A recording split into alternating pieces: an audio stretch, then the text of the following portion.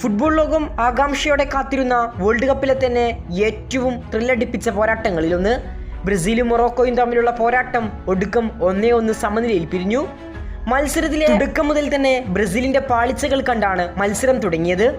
മത്സരത്തിന്റെ തുടക്കത്തിൽ മൊറോക്കൻ മുന്നേറ്റങ്ങൾ മാത്രമാണ് കണ്ടത്.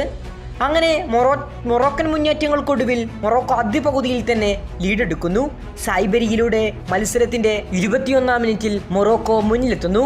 മധ്യനിരയിൽ നിന്നുള്ള ബ്രാഹിം ഡിയാസിന്റെ മനോഹരമായ ത്രൂ ബോൾ ഓടിപ്പിടിച്ച സായ്ബരി ഗോൾ കീപ്പർ അലിസൺ ബക്കറിന്റെ തലക്ക് മുകളിലൂടെ പന്തിനെ വലയിലെത്തിക്കുന്നു. എന്നാൽ പിന്നീട് കളിയുടെ റിതം തിരിച്ചെടുക്കാൻ ബ്രസീൽ ഒരുപാട് ശ്രമിച്ചു. അങ്ങനെ പതിയെ മൊറോക്കോക്കെതിരെ ബ്രസീലിന്റെ മുന്നേറ്റങ്ങൾ തുടങ്ങി. ഒടുക്കം ഫലവും കണ്ടു. ഇത്തവണ വിനീഷ്യസ് ജൂനിയറിന്റെ ഗോളിലൂടെ ബ്രസീൽ ഒപ്പം പിടിക്കുന്നു. മത്സരത്തിന്റെ 32-ാം മിനിറ്റിൽ വിനീഷ്യസ് ഒറ്റയ്ക്ക് നടത്തിയ മുന്നേറ്റത്തിനൊടുക്കം ബോക്സിൽ കയറി വിനീഷ്യസിന്റെ മനോഹര ഗോളോടെ മത്സരം സമനിലയിലേക്ക് എത്തുകയായിരുന്നു.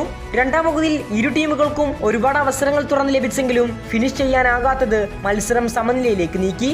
മത്സരത്തിന്റെ രണ്ടാം പകുതിയുടെ തുടക്കം ബ്രസീൽ കൈവശം വെച്ചെങ്കിൽ പതിയെ കളി മൊറോക്കോ ഏറ്റെടുക്കുകയാണ്.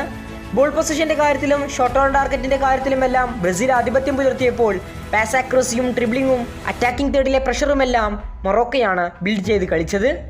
ഏതായാലും ഗ്രൂപ്പ് സിയിലെ നിർണായകമായ മത്സരം ഇരു ടീമുകളും ഓരോ ഗോളടിച്ച് മത്സരം സമനിലയിൽ കലാശിച്ചിരിക്കുകയാണ്. ഫുട്ബോൾ ലോകത്തെ കൂടുതൽ വാർത്തകൾക്കും വിശേഷങ്ങൾക്കും വേണ്ടി ഇപ്പോൾ തന്നെ നമ്മുടെ ചാനൽ മറക്കാതെ സബ്സ്ക്രൈബ് ചെയ്യുക. കൂടുതൽ ഫുട്ബോൾ വാർത്തകളും വിശേഷങ്ങളുമായി ഇനിയും കാണാം.